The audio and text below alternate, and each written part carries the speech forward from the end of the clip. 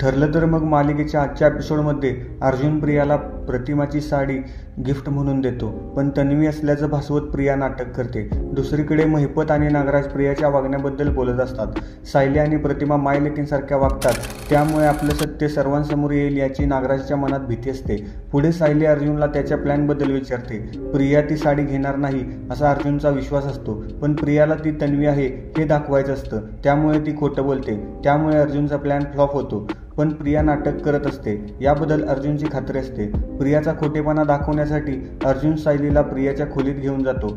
झोपताना प्रिया प्रतिमाची साडी भिरकावते ते सायली बघते. अस्मिता प्रियाला साडी फेकल्याबद्दल विचारते, तेव्हा ती म्हणते, मी माझ्या आईची साडी उशेशी घेऊन झोपणार आहे, पण ते ठेवताना हातातून निसटली. प्रिया प्रतिमाची साडी अंगावर घेऊन झोपते, पण अस्मिता झोपल्यानंतर अंगावरची साडी पायाने बाजूला करते. प्रियाचं हे वागणं बघून सायलीला धक्का बसतो. खोलीच्या बाजूला येत अर्जुन सायलीला प्रियाच्या वागण्याबद्दल सांगतो आणि ती आत्याची मुलगी नाहीच असं म्हणतो, पण सायलीला त्याच्यावर विश्वास बसत नाही. रविराज काका वकील आहेत, त्यांनी पुरावे बघूनच प्रियाला मानलं असणार ना मुलगी. रविराज काकांसारखा वकिलाला फसवणं सोपं नाही असं सायलीला वाटत असतं. अर्जुन पुन्हा पुन्हा सायलीला समजवत असतो, पण ती विश्वास ठेवत नाही. अर्जुन रविराज यांनी पाहिलेल्या पुराव्यांचा विचार करतो. दुसऱ्या दिवशी सकाळी प्रिया प्रतिमासाठी चहा घेऊन नाश्ता घेऊन जाते, ते बघून सायलीला आनंद होतो.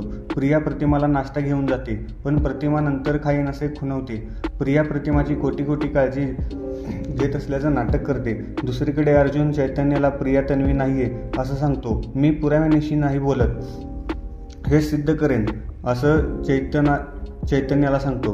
प्रिया सायलीच्या विरोधात प्रतिमाला काहीही सांगते, पण तिचा विश्वास बसत नाही. आता पुढे काय होईल हे पाहणं उत्सुकतेचं ठरणार आहे. धन्यवाद.